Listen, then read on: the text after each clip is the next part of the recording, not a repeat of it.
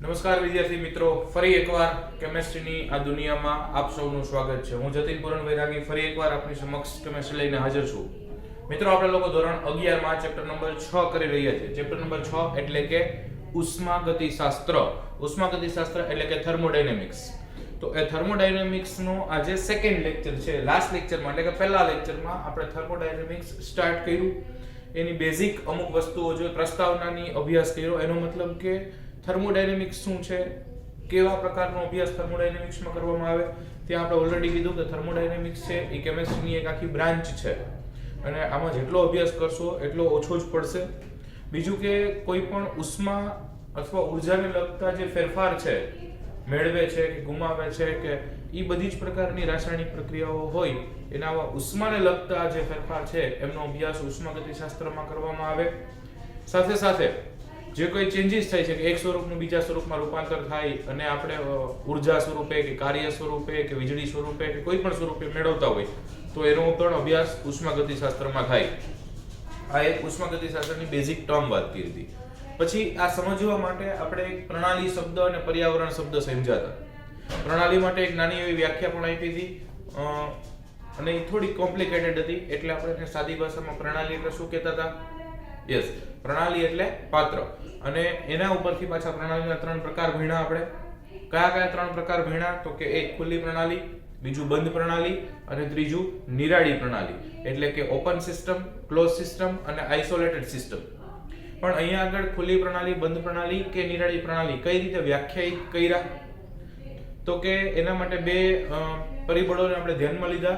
એક હતું ઉર્જા અથવા ઉષ્મા અને બીજું છે દ્રવ્ય.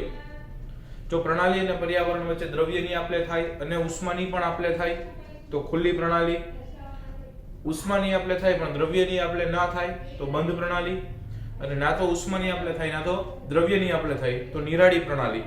નિરાળી પ્રણાલીમાં એકચ્યુઅલી આપણે કીધું હતું કે સંપૂર્ણપણે નિરાળી પ્રણાલીનું નિર્માણ શક્ય નથી. આમ છતાં ખૂબ સારી કક્ષાનો થર્મોસ ફ્લાસ્ક લ્યો તો એ નિરાળી પ્રણાલીનું ઉદાહરણ થયું. બરાબર, આવી બધી આપણે બહુ બેઝિક ટર્મ્સ ભણી ગયા. આજેમાં આપણે આગળ ચાલુ કરવું છે. આજનો ટોપિકમાં શરૂઆત કરીએ પ્રણાલીની અવસ્થા. પ્રણાલીની અવસ્થા એટલે કે the state of the system. તો પ્રણાલીની અવસ્થા એટલે કે the state of the system એમાં શું કરવું છે? તો કે આપણે કોઈ પણ એટલે આમ બહુ બેઝિક સમજ છે આ. બરાબર, આ થિયરી સ્વરૂપે અત્યારે જે હું ચાલુ કરું છું એના પછીને જે ટોપિક આવશે આમાં સબ ટોપિક્સ એ પૂછી શકાય. અત્યારે તો આ ટોપિકની ખાલી હું સમજણ આપું છું, રાઈટ? એટલે તમારી ટેક્સ્ટ બુકમાં જે પેરેગ્રાફ સ્વરૂપે આ લખેલું હોય તો એ થિયરી સ્વરૂપે પાકું નથી કરવાનું, એ સમજવાનું છે ખાલી. Fine, okay. તો હવે અવસ્થા એટલે શું? તો કે આપણે કોઈ પણ પ્રણાલીનું જથ્થાત્મક રીતે સંપૂર્ણ વર્ણન કરવું હોય. મતલબ કોઈ પણ પ્રણાલી હોય, એક આખી સિસ્ટમ બની હોય, એને તમારે વર્ણન કરવું હોય કે ભાઈ આ પ્રણાલી છે એ આવી છે, તો એ જે તે પ્રણાલીના સંપૂર્ણ વર્ણન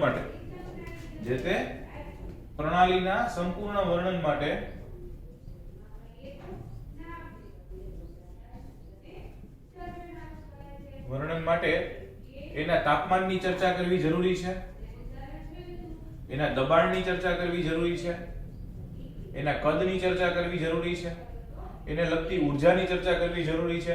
આ બધી જ ચર્ચા, આ બધાનું વર્ણન કરવા પડે. કે તાપમાનનું આપણને ખ્યાલ હોવો જોઈએ, એનો અભ્યાસ હોવો જોઈએ, એનો ડેટા હોવો જોઈએ, દબાણ વિશે ખ્યાલ હોવો જોઈએ, એમનું કદ કેટલું છે એના વિશે ખ્યાલ હોવો જોઈએ. તો આ બધા પરિબળોનું જો આપણે સંપૂર્ણ વર્ણન કરીએ ને તો એક આખી પ્રણાલીનું સંપૂર્ણ વર્ણન થઈ જાય. ઓકે, બટ ક્વેશ્ચન એ છે કે આ બધા પરિબળોનો અભ્યાસ કરવા માટે આપણે કઈ રીતે અભ્યાસ કરી શકીએ? તો કે પહેલા એક એવી વસ્તુઓ હતી કે જેમાં એક એક નાની નાની વસ્તુ એકબીજા ઉપર રિલેટેડ હોય ને એવો અભ્યાસ કરતા. જેમ કે ફિઝિક્સમાં તમે અમુક વસ્તુ ભણ્યા હોય તો એક નાના સૂક્ષ્મ બિંદુ હોય તો દરેક સૂક્ષ્મ બિંદુને લાગુ પડતું બળ અને એના ઉપર થતી અસરોનો અભ્યાસ ધીમે કરતા હોય તમે બહુ સૂક્ષ્મ રીતે. પરંતુ એકચ્યુઅલી એ વર્ણન કરવું હોય તો તમારે એ બિંદુ કોણ છે એ બિંદુ વિશે કંઈ વધારે જાણવાની જરૂર નથી. અત્યારે જે નવી સિસ્ટમ છે એ પ્રમાણે એ પદાર્થ કોણ છે, શું છે એના વિશે વધારે જાણવાની જરૂર નથી. આપણે એનો ડેટા ખબર પડી ગયો એટલે પતી ગયું. પહેલા જૂની સિસ્ટમ હતી એમાં દરેક વિશે એકબીજા સાથે સંકળાયેલી હતી. પછી એમાં શું કર્યું તો કે એક નવી વસ્તુ ગઈ હતી કે ભાઈ સરેરાશ આપી દો, ખાલી એનું વર્ણન આપી દો. અને એનું વર્ણન હોય ત્યારે જે તે પદાર્થ છે એની ક્વોલિટીઝ ખબર પડી ગઈ, એના વિશે ડિટેલમાં જાણવાની કોઈ જરૂર નથી. દાખલા તરીકે આપણને એમ કે ભાઈ સરેરાશ માપન થઈ શકે એવા ગુણધર્મો હોય, બરાબર, કોઈ પણ પદાર્થનું સરેરાશ માપન થઈ શકે એવો ગુણધર્મ. હવે સરેરાશ માપન થઈ શકે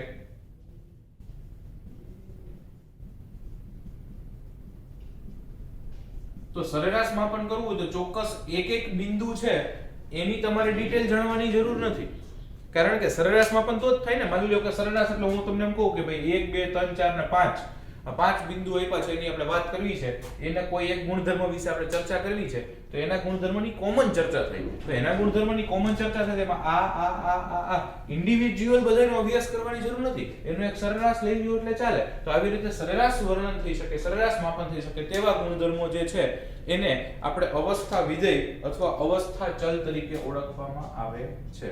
એમને અવસ્થા વિધેય અથવા અવસ્થા ચલ તરીકે ઓળખવામાં આવે છે. હવે અવસ્થા વિધેય અથવા અવસ્થા ચલ, ચલ એટલે વેરિયેબલ કહેવાય અને અવસ્થા વિધેય એટલે સ્ટેટ ફંક્શન થશે. અવસ્થા વિધેય એટલે સ્ટેટ ફંક્શન તરીકે એમને આપણે ઓળખીએ છીએ, રાઈટ. તો અહીંયા ખાસ કરીને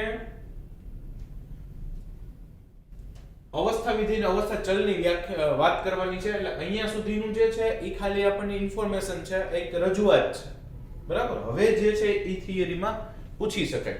તો પહેલી વસ્તુ ફરી એકવાર ક્યાંથી ચાલુ કરી તો કે કોઈ પણ પ્રણાલીનું સંપૂર્ણ જથ્થાત્મક રીતે વર્ણન કરવું હોય તો એને તાપમાનની અને દબાણની અને કદની અને મોલની ટૂંકમાં સંખ્યાની n ની વાત કરવી પડે. આવી બધી ચર્ચાઓ કરવી પડે.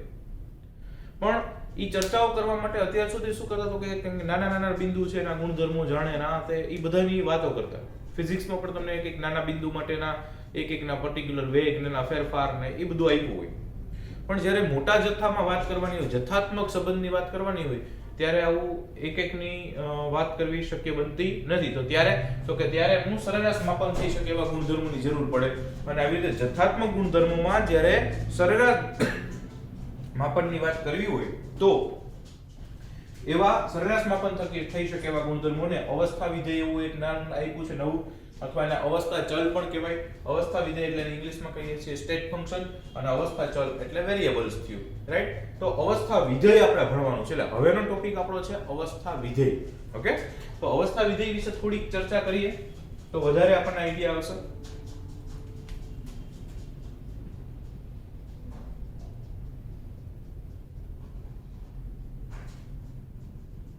અચ્છા, અવસ્થા વિધેય શું છે, સ્ટેટ ફંક્શન શું છે?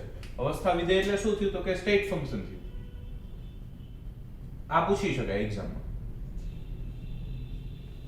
બરાબર. આ એક ટોપિક છે પણ હવે અવસ્થા વિધેય પર્ટિક્યુલર શું છે એ પૂછી શકાય. આ તો અવસ્થા વિધેય નામ સુધી પહોંચવા માટેનો રસ્તો હતો. ઓકે, ચલો. તો અવસ્થા વિધેય એટલે શું તો કે પદાર્થના એવા ગુણધર્મો. અવસ્થા વિધેય એટલે તો કે પદાર્થના એવા ગુણધર્મો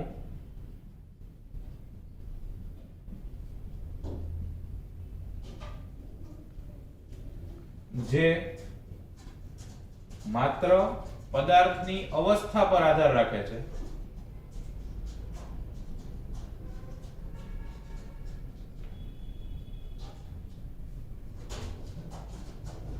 પરંતુ તે અવસ્થા પ્રાપ્ત કરવાની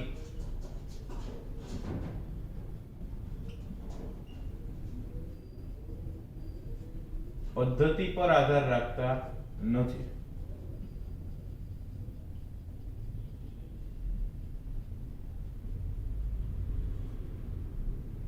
તેને અવસ્થા વિધેય કહેવાય. પદાર્થના એવા ગુણધર્મો કે જે માત્ર પદાર્થની અવસ્થા ઉપર આધાર રાખે છે, પરંતુ એ અવસ્થા કેમ મળી, કઈ રીતે મળી, શું છે એને કોઈ ઉપર આધાર રાખતા નથી. તો પદાર્થના એવા ગુણધર્મો કે જે માત્ર પદાર્થની અવસ્થા ઉપર આધાર રાખે છે, અવસ્થા પ્રાપ્ત કરવાની પદ્ધતિ ઉપર આધાર રાખતા નથી, તો એને શું કહેવાય તો કે એને અવસ્થા વિધેય કહેવાય. એટલે કે આવું અવસ્થા વિધેયની જરૂર શું પડી તો કે તમારે કોઈ જથ્થાત્મક સંબંધનો અભ્યાસ કરવો છે. આપણે આના આગલા લેક્ચરમાં ચર્ચા કરી હતી. તો એ બેઝિકલી થર્મોડાયનેમિક્સ કોના ઉપર આધાર રાખશે તો કે એ ફેરફાર કેમ થાય છે એના ઉપર આધાર નથી રાખતો.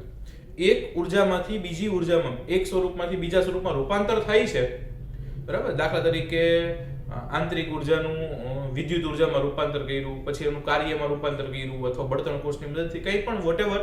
તો એ જે ફેરફાર થાય છે, ફેરફાર કેમ થાય છે નથી એનો મતલબ નથી, પરંતુ એ ફેરફાર થયા પહેલા શું પરિસ્થિતિ હતી અને ફેરફાર થયા પછી શું પરિસ્થિતિ છે, એ બે ઉપર આધાર રાખે. એ પરિસ્થિતિનો ફેરફાર કેમ થયો એની યાર ડીલ કરતું નથી થર્મોડાયનેમિક્સ.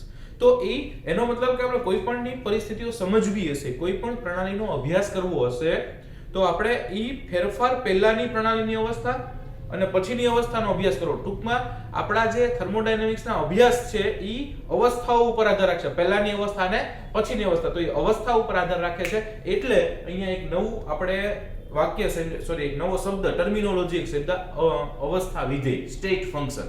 Okay fine. હવે અવસ્થા વિધેય માટે આપણે શું કીધું તો કે એવા ગુણધર્મો કે જે માત્ર પદાર્થની અવસ્થા પર આધાર રાખે છે, અવસ્થા કેમ મેળવી એના ઉપર આધાર રાખતા નથી. દાખલા તરીકે હું એમ કહું કે આમની ઘન અવસ્થા છે, બસ તો એ ઘન અવસ્થા છે એ થર્મોડાયનેમિક્સ માટે ઇનફ છે.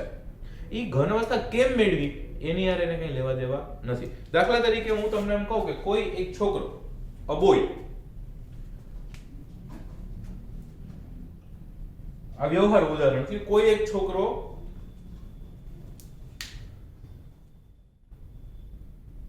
પાંચસો પગથિયા ધરાવતા ડુંગર પર ચડે છે, એટલે ચડી જાય છે. હવે ઈ નીચે હતો અને પછી થોડી વાર પછી 500 પગથિયા ચડે ઉપર વયો ગયો છે.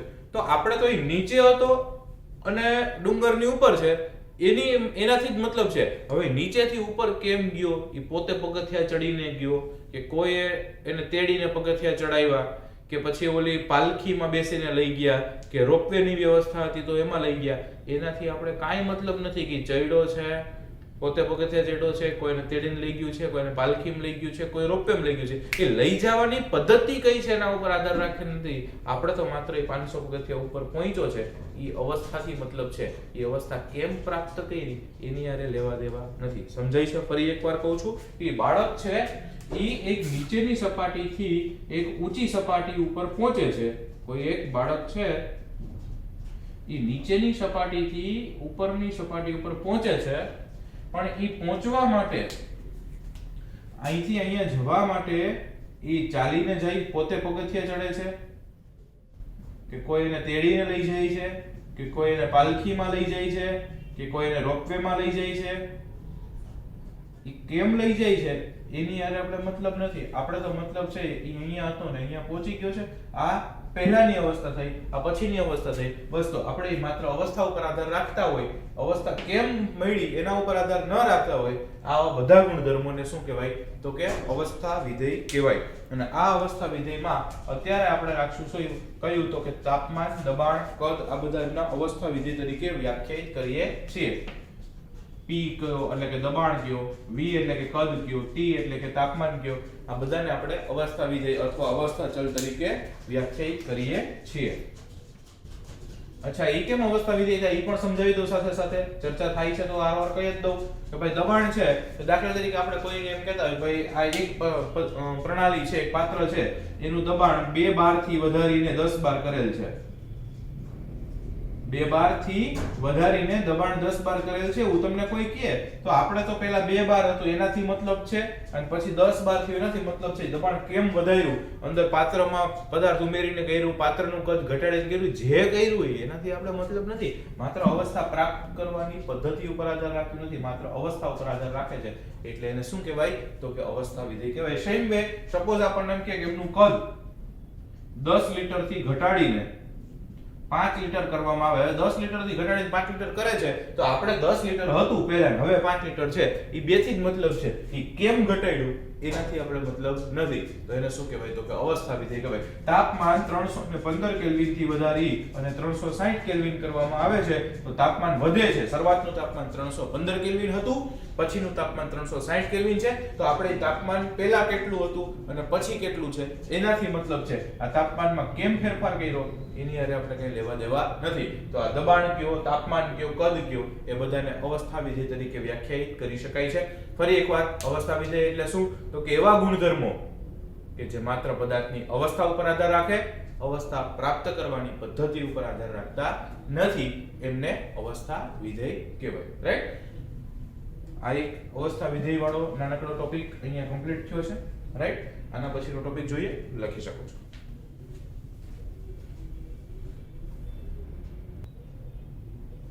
Okay dear students, next topic છે આપણો અવસ્થા વિધેય તરીકે આંતરિક ઉર્જા એટલે કે the internal energy as a state function. Internal energy as a stand function, એટલે કે અવસ્થા વિધેય તરીકે આંતરિક ઉર્જા, એટલે કે અવસ્થા વિધેયનું એક બીજું ઉદાહરણ શું આવ્યું તો કે આંતરિક ઉર્જા. ઓકે, હવે અહીંયા પહેલા સ્પેસિફાઈ કરી દઉં કે આ ટોપિકમાં લખ્યું છે અવસ્થા વિધેય તરીકે આંતરિક ઉર્જા, પરંતુ આમાં ખાલી આંતરિક ઉર્જા શું છે એ સમજવાનું છે, એ અવસ્થા વિધેય કેમ છે એ અત્યારે સમજવાનું નથી. ફાઇન, ઓકે, ચલો. હવે સૌથી પહેલો ક્વેશ્ચન કે આંતરિક ઉર્જા કોને કહેવાય? તો કે તમે કોઈ પણ રાસાયણિક પ્રક્રિયાની વાત કરતા હોય એમાં તો આપણે ઘણીવાર એવી ચર્ચા કરતી હોય કે રાસાયણિક પ્રક્રિયા દરમિયાન ઉષ્મા ગુમાવે છે અથવા આ રાસાયણિક પ્રક્રિયા દરમિયાન ઉષ્મા મેળવાય છે. તો જે રાસાયણિક પ્રક્રિયાની તમે ચર્ચા કરતા હોય કે જેમાં ઉષ્મા ગુમાવાતી હોય કે મેળવાતી હોય, જેમાં ઉષ્મા ગુમાવાતી હોય કે મેળવાતી હોય, તો ત્યારે એમાં તમને પ્રણાલીની કુલ ઉર્જા વિશેની માહિતી હોવી જોઈએ, અથવા એની એની જે કહી શકાય એકમ વિશેની માહિતી હોવી જોઈએ, અથવા એની રાશિ, કુલ ઉર્જાને રજૂ કરતી રાશિ ખબર હોવી જોઈએ. એટલે ટૂંકમાં તમે ઉર્જા ગુમાવે છે કે મેળવે છે એનો અભ્યાસ કરતા હોય તો પ્રણાલીની કુલ ઉર્જા વિશે પણ માહિતી હોવી જોઈએ. તો જ ખબર પડશે કે પ્રણાલીની કુલ ઉર્જામાં ફાઇનલી વધારો થયો કે ઘટાડો થયો. એટલે કોઈ પણ રાસાયણિક પ્રક્રિયાની ચર્ચા કરતા હોય કે આમાં ઉર્જા વધે છે, આમાં ઉર્જા ઘટે છે, ત્યારે એમાં પ્રણાલીની કુલ ઉર્જા વિશે પણ જાણતા હોવા જોઈએ. હવે તમે કોઈ પણની ચર્ચા કરતા હોય, દાખલા તરીકે ઘણીવાર આપણે એમ કહેતા હોય કે ભાઈ રાસાયણિક ઉર્જા છે, વિદ્યુતીય ઉર્જા છે, આવા જુદા જુદા શબ્દો આપણે વાપરતા હોય. રાઈટ, રાસાયણિક ઉર્જા છે, વિદ્યુતીય ઉર્જા છે, યાંત્રિક ઉર્જા છે, આવા બધા અલગ અલગ શબ્દો વાપરતા હોય. અથવા આપણે એમ કહેતા હોય કે ભાઈ રાસાયણિક ઉર્જાનું વિદ્યુત ઉર્જામાં રૂપાંતર કર્યું, રાસાયણિક ઉર્જાનું યાંત્રિક ઉર્જામાં રૂપાંતર કર્યું. તો આ બધું જ, અથવા આના સિવાય અન્ય કોઈ પણ ઉર્જા હોય, આ તો હોય જ, આ સિવાય અન્ય કોઈ પણ ઉર્જા હોય, એ બધાના સરવાળાને, આ બધાનો જે સરવાળો થાય એટલે કે ટોટલ થાય એને પ્રણાલીની ઉર્જા કહેવાય, અથવા પ્રણાલીની કુલ ઉર્જા કહેવાય. કોઈ પણ એક પ્રણાલી, એક રાસાયણિક પ્રક્રિયાની તમે ચર્ચા કરતા હોય તો એમાં એની જે રાસાયણિક ઉર્જા રહેલી હોય, વિદ્યુત ઉર્જા રહેલી હોય, યાંત્રિક ઉર્જા રહેલી હોય, અથવા અન્ય XYZ કોઈ પણ પ્રકારની ઉર્જા રહેલી હોય, એ બધાનો ટોટલ થાય તો એને પ્રણાલીની કુલ ઉર્જા કહેવાય. અને ઈ થર્મોડાયનેમિક્સ ચેપ્ટરમાં આપણે એમને પ્રણાલીની આંતરિક ઉર્જા તરીકે ઓળખીએ છીએ. અને ઈ આંતરિક ઉર્જાનો સિમ્બોલ કેપિટલ U વડે દર્શાવવામાં આવે છે. જેના વડે દર્શાવશું એને કેપિટલ U. એટલે ટૂંકમાં પ્રણાલીની આંતરિક ઉર્જા, આંતરિક ઉર્જા એટલે કુલ ઉર્જા. કુલ ઉર્જા પછી કયા સ્વરૂપે હોઈ શકે? તો કે કોઈ પણ સ્વરૂપે હોઈ શકે. એ રાસાયણિક ઉર્જા હોય, વિદ્યુત ઉર્જા હોય, અન્ય ઉર્જા હોય, યાંત્રિક ઉર્જા હોય, કોઈ પણ હોય, બધાનો ટોટલ મારો. એટલે દાખલા તરીકે આ તમને કહે કે આ બોર્ડમાં કેટલું લખ્યું છે, તો કે બોર્ડમાં ટાઇટલ લખ્યું છે, સ્ટાન્ડર્ડ લખ્યું છે, ચેપ્ટર લખ્યું છે, કેટલામો લેક્ચર છે લખ્યું છે, ટાઇટલ લખ્યું છે, અમુક મુદ્દાઓ, એ બધાનો ટોટલ કરો એને બોર્ડ વર્ક કહેવાય. એમ જેટલી પ્રકારની ઉર્જા રહેલી હોય કોઈ પણ રાસાયણિક પ્રક્રિયામાં, એ બધી જ પ્રકારની ઉર્જાનો ટોટલ કરો તો એને આંતરિક ઉર્જા, ઇન્ટરનલ એનર્જી U કહેવાય. ફાઇન. તો આંતરિક ઉર્જાની વ્યાખ્યા ખબર પડી કે આવી કોઈ પણ સ્વરૂપે રહેલી ઉર્જા, એનો ટોટલ, એની કુલ ઉર્જા, એને જે તે પ્રણાલીની આંતરિક ઉર્જા કહેવાય. અને આ આંતરિક ઉર્જામાં ક્યારે ક્યારે ફેરફાર થઈ શકે? આંતરિક ઉર્જા U માં ફેરફાર ક્યારે થઈ શકે?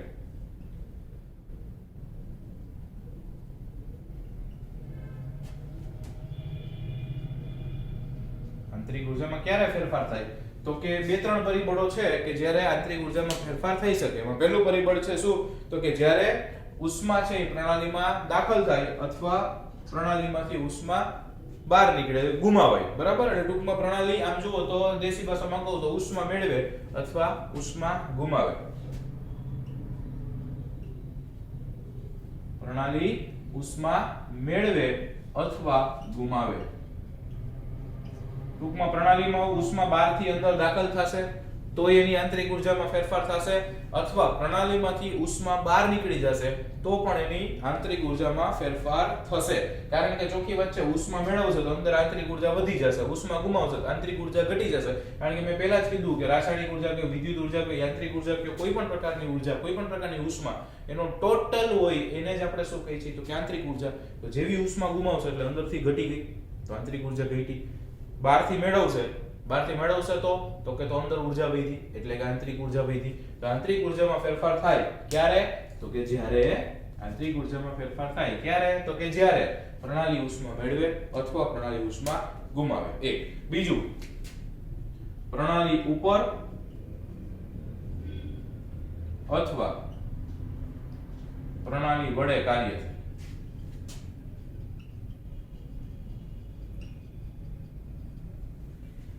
ટૂંકમાં કાર્ય થાય, કારણ કે કાર્ય કરવામાં ઉષ્મા વપરાવાની છે. બરાબર. હવે પ્રણાલી ઉપર અથવા પ્રણાલી વડે, પ્રણાલી વડેની બદલે ક્યારેક બોલે પ્રણાલી દ્વારા કાર્ય થાય. વડે અથવા દ્વારા બે શબ્દો વપરાય, પણ એ કે સર બેયમાં ખાલી એમ કીધું તો કાર્ય થાય, તો કે સાચી વાત છે, પણ બે કાર્ય અલગ છે. દાખલા તરીકે કોઈ એક સિસ્ટમ છે, દાખલા તરીકે કોઈ એક સિસ્ટમ છે, પ્રણાલી છે. હવે આપણે બહારથી આના ઉપર કંઈક કામ કરતા હોય ને તો એ પ્રણાલી ઉપર કાર્ય છે.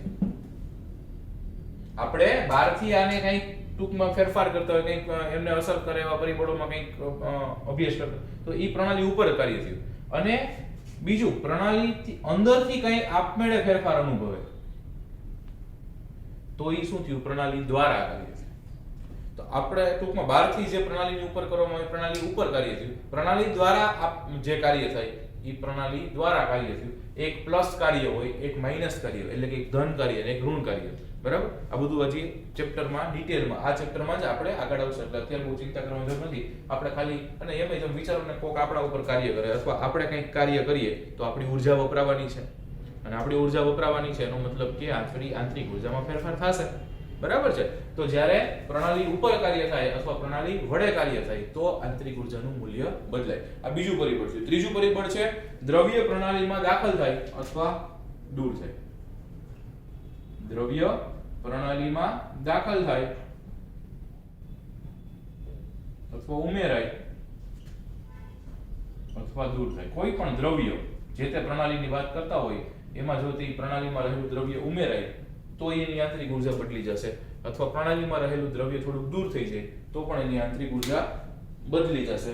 દૂર થાય અથવા બહાર નીકળે, કોઈ પણ વસ્તુ તમે કહી શકો. દાખલા તરીકે પ્રણાલીમાં 5 કિલો ગેસ લીધો હોય અને આપણે એની ચર્ચા કરતા હોય, પછી માની લો કે 1 કિલો ગેસ વધારે ઉમેરી દીધો, ચોખ્ખી વાત છે અંદર ઉર્જાના મૂલ્યો બદલાઈ જાય, એટલે કે એની આંતરિક ઉર્જા બદલાઈ જાય. એટલે પ્રણાલીમાં જ્યારે ઉમેરાય દ્રવ્ય તો એ બદલાઈ જાય. અથવા 5 કિલો ગેસ લઈને ચર્ચા કરતા હતા અને એમાંથી 2 કિલો ગેસ નીકળી જાય તો હવે અંદર 3 કિલો જ વધે તો એની આંતરિક ઉર્જા બદલાઈ જાય. એટલે કે જ્યારે દ્રવ્ય પ્રણાલીમાં ઉમેરાય અથવા પ્રણાલીમાંથી બહાર નીકળે ત્યારે પણ એની આંતરિક ઉર્જા બદલાય. તો આંતરિક ઉર્જા બદલાય એવા 3 ફેક્ટર્સ આપણે આપ્યા છે.